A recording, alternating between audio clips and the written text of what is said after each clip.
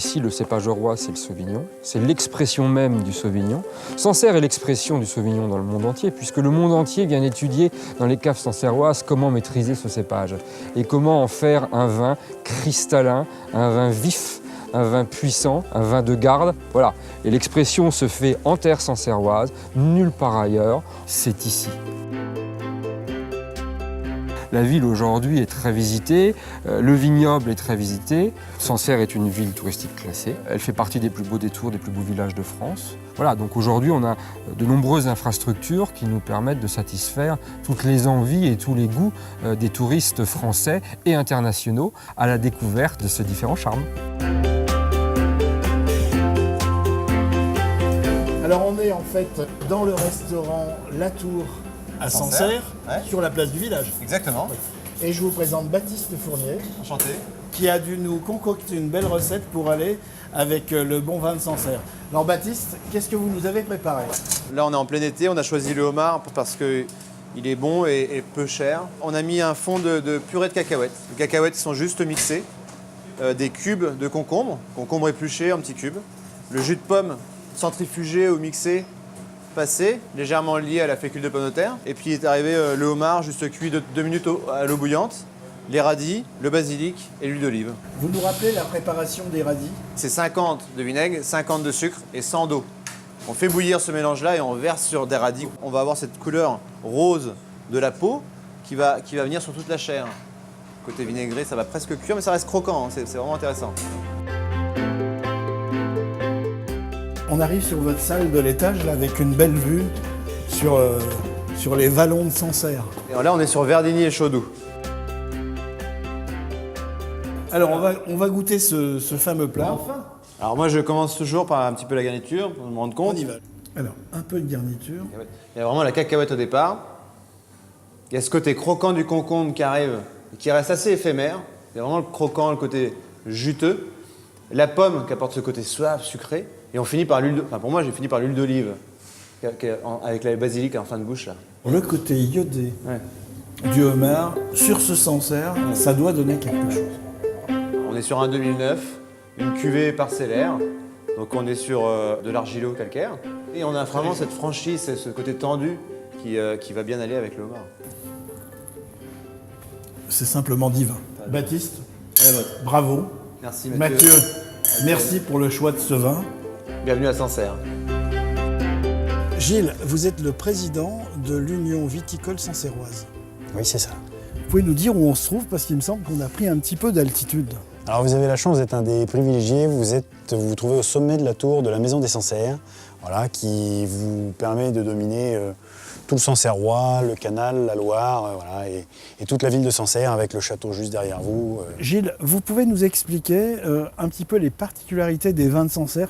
Donc vous avez 3 grands types de terroirs, les terres blanches, les caillottes et les silex.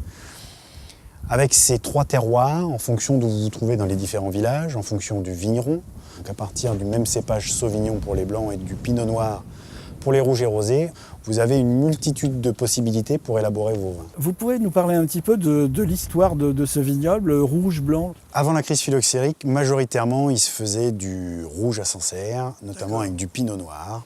Voilà. Après la crise phylloxérique, donc, tout le vignoble a été arraché et les vignerons, avec la naissance des appellations, ont eu l'idée originale de replanter du Sauvignon sur ces terroirs justement particuliers, à ce qu'on appelait à l'époque la limite nord de la culture du Sauvignon. Ce qui donne un petit peu la particularité de nos vins blancs, c'est-à-dire qu'ils sont des vins blancs secs, voilà, avec une grande minéralité. Nous voilà quelques mètres plus bas, on est descendu de cette tour du XVe siècle et on retrouve Nathalie. Alors en fait, Nathalie est la directrice de l'Union viticole sancerroise. Parlez-nous-en un petit peu. Alors l'Union viticole sancerroise, c'est le syndicat de défense de l'appellation Sancerre. Elle regroupe environ 300 producteurs qui exploitent à peu près 3000 hectares de Sancerre. La production moyenne de l'appellation Sancerre, elle est environ de 160 000 hectos. Ces 160 000 hectos sont commercialisés pour plus de la moitié à l'export.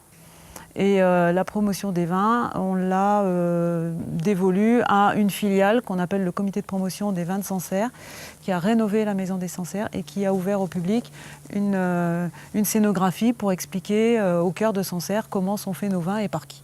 Quelle est à peu près la quantité en termes d'exploitation? On est en production sur les sauvignons, c'est-à-dire les Sancerres blancs, aux alentours de 60 hecto-hectares D'accord. en production annuelle. Et puis sur le pinot, on est plutôt, donc les Sancerres rouges et les Sancerres rosés, on est plutôt autour de 50 hecto-hectares.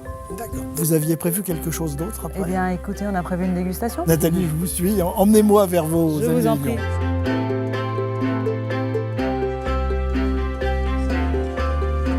Nous voilà réunis autour de quelques vins que nous allons déguster. Et là, mesdames, messieurs les vignerons, j'attends de vous quelques commentaires. Mathilde, tu peux nous donner tes impressions sur ce fameux Grand Blanc de Sancerre? Très parfumé, belle ouverture déjà, une belle couleur, pâle et toujours avec ces petits reflets verts qui doit être aussi une caractéristique de l'année 2013. Avec un joli gras déjà qu'on sent en bouche. Une bouteille à boire plutôt dans les 2 ans. D'accord, à cause du fait qu'elle soit déjà très expressive. Très ouvert. D'accord. Ce côté très frais, fruité, très fin. Et cette acidité permet justement de réveiller n'importe quel arôme sur n'importe quel plat. Même avec des viandes, y compris des viandes rouges, avec les blancs, on arrive à trouver énormément de plaisir et un bon accord mets-vins.